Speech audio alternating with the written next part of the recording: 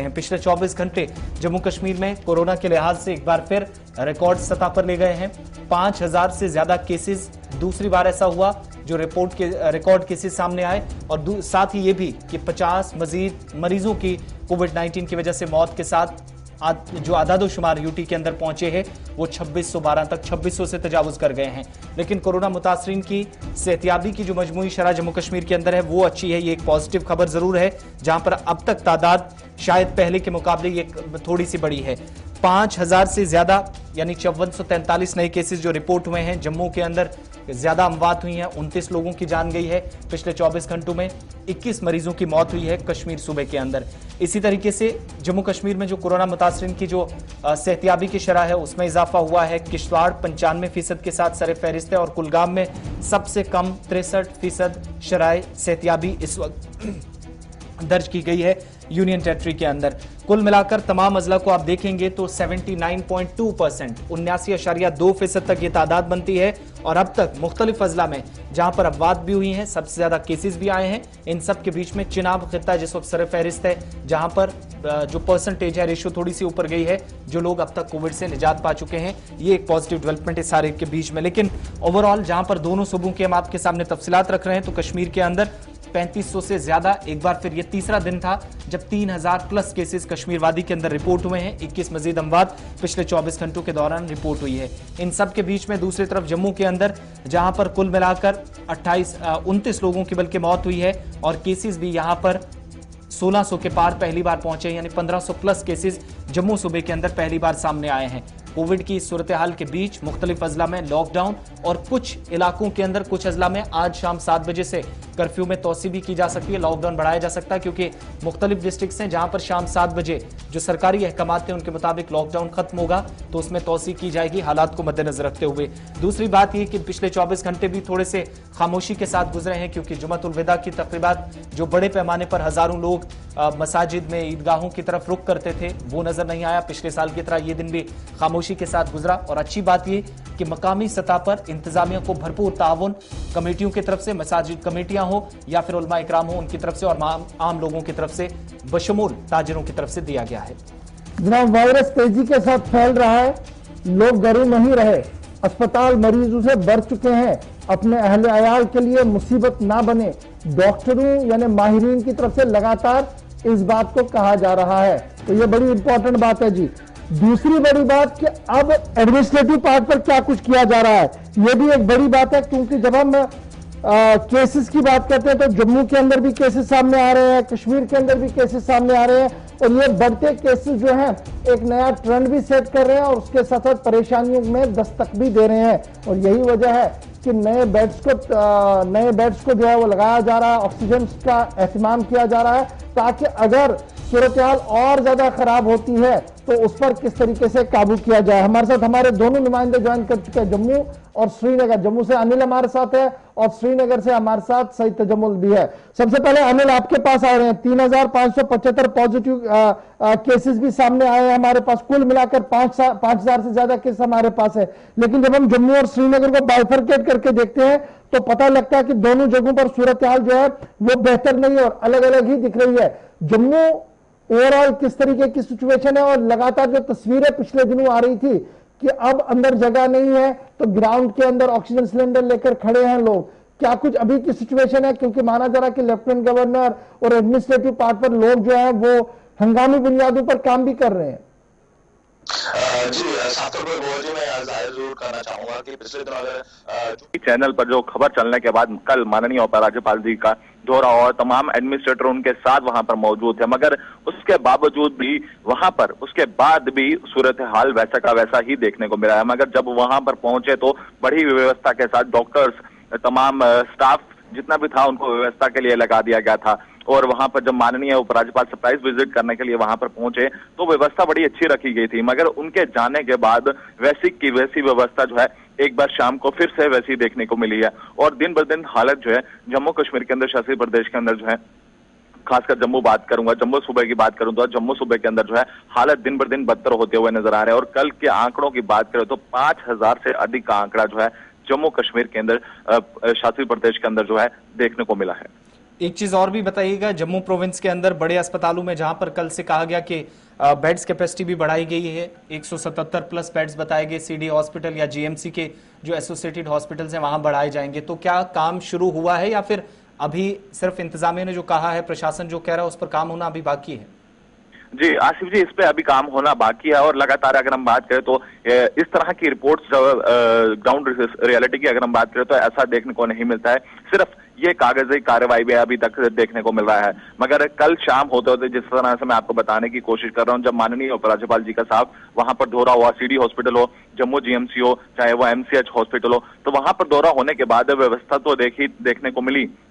मगर उसके बाद जो है उसकी हालत उसके बाद एक बार फिर से जो है खराब होते हुए नजर आए। और उसके बाद ये साफ तौर पर कह दिया गया था कि बेड की व्यवस्था को बढ़ाया जाएगा, मगर फिर भी कुछ गाड़ियों को वहां पर इंतजार करना पड़ा और कुछ गाड़ियों को जो है वापस भेजना पड़ा। चेस्ट डिजीज हॉस्पिटल की बात करूं तो कल देर शाम होते होते मेरे सामने 2 से 3 गाड़ियों को जो है वापस रेफर करना पड़ा, क्योंकि इनका साफ तौर पर कहना था कि हमारे पास बेड की व्यवस्था है और बेड की व्यवस्था बढ़ाई गई है, मगर वहां पर साफ तौर पर जो है कुछ भी ऐसा देखने को नहीं मिल रहा। ग्राउंड स्थिति की बात करें तो रियलिटी कुछ और है और कागजी कार्रवाई में कुछ और ही बयां करती हुई यहाँ की एडमिनिस्ट्रेशन जो है साफ तौर पर नजर करती हुई सामने नजर आ रही है।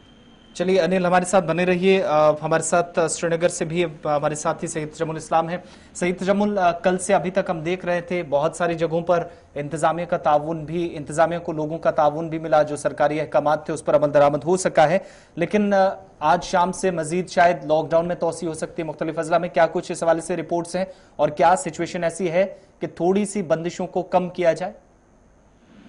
बिल्कुल नहीं। देखें, जब आप जम्मू कश्मीर में खासकर कश्मीर प्रोविंस के मुख्तलिफ अजला की बात करते हैं तो हमारे पास जो इस वक्त आदाद शुमार है वो हौसला अफजा नहीं है। और जिस तरह से अनिल जी बता रहे थे कि 5000 से जायद केसेस 24 घंटे में आना, 50 अफराद से जायद अफराद के हिलाकत की खबरें आना, जिसका गालिबन ये मतलब है कि आने वाले दिनों में, चूंकि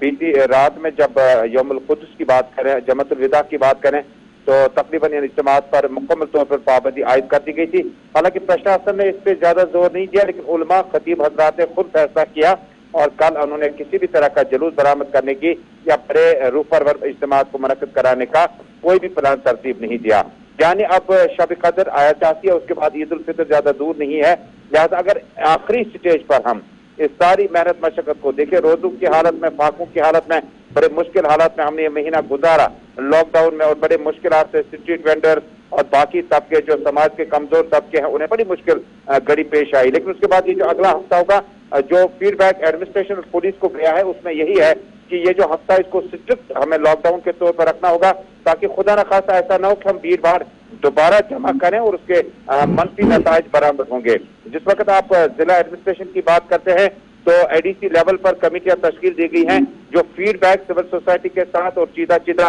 अवामी नुमाइंदों के साथ फीडबैक हासिल करने के बाद डिस्ट्रिक्ट लेवल पर भी लॉकडाउन को रीइंपोज और कोरोना कर्फ्यू को कंटिन्यू करने के लिए कोई न कोई बड़ा बड़ा इंपॉर्टेंट है। हम देख रहे हैं कि लेफ्टिनेंट गवर्नर अपनी तरीके से मॉनिटर कर रहे हैं, अस्पताल का दौरा भी कर रहे हैं, लेकिन इस वक्त की जो डेवलपमेंट है वो ये है कि कल रात देर गए जो मीटिंग हुई थी आर्मी के साथ, ईस्टर्न कमांड हो या नॉर्दर्न कमांड हो या वेस्टर्न कमांड के आर्मी जनरल्स के साथ मीटिंग हुई थी, उसमें आर्मी के रिसोर्सेज को यूटिलाइज करने की बात हुई है, 100 से 200 वाले बेड्स को बनाने की बात हुई है। क्या मैं ये मानूं कि सूरत हाल जो इस वक्त ग्राउंड जीरो की है वो इस बात का इशारा कर रही है कल की मीटिंग के बाद कि आने वाले दिन और सख्त हो सकते हैं और एडमिनिस्ट्रेशन आज से ही प्रिपेयरनेस में है कि कोई ऐसी